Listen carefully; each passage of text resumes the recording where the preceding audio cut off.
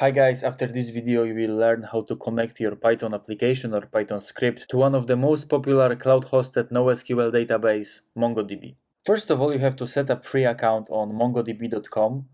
It's very handy because you can log in with Google account. After the registration you have to create new database.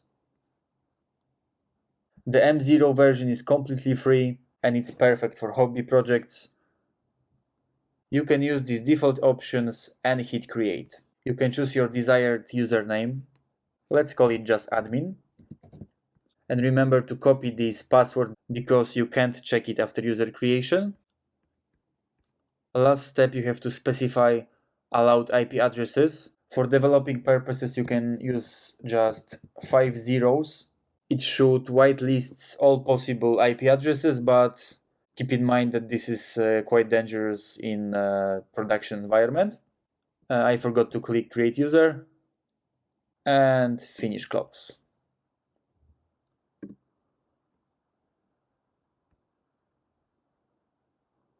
I copied this admin password to my clipboard. Now I will put it as my environment variable. And now I will explain this simple script. First of all, you have to install pymongo, pip install pymongo. I already did that.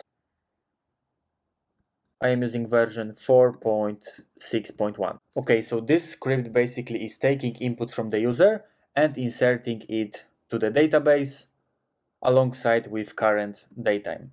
3 lines are responsible for loading this env variable. I can remove this print. And to get this URI, you have to again go to the Atlas dashboard, click connect, drivers, and copy this string. Put the password between cluster name and username. Next, I am initializing Mongo client with server API version 1, creating my test database, and inside this database creating first collection. And this function is inserting one document at a time. Let's run this script. Message first, refresh the dashboard. And now if you hit browse collections, the document was created. Okay, let's create second message.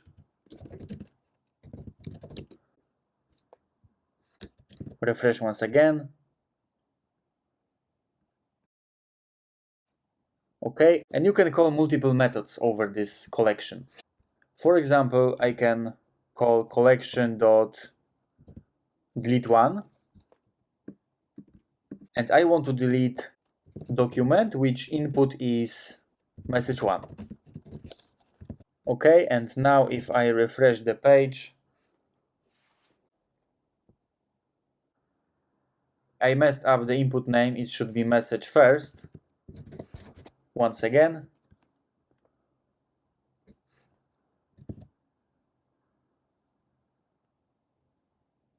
As you can see, this message disappeared, so everything works perfectly fine. That's it for today. Thanks for watching and see you soon.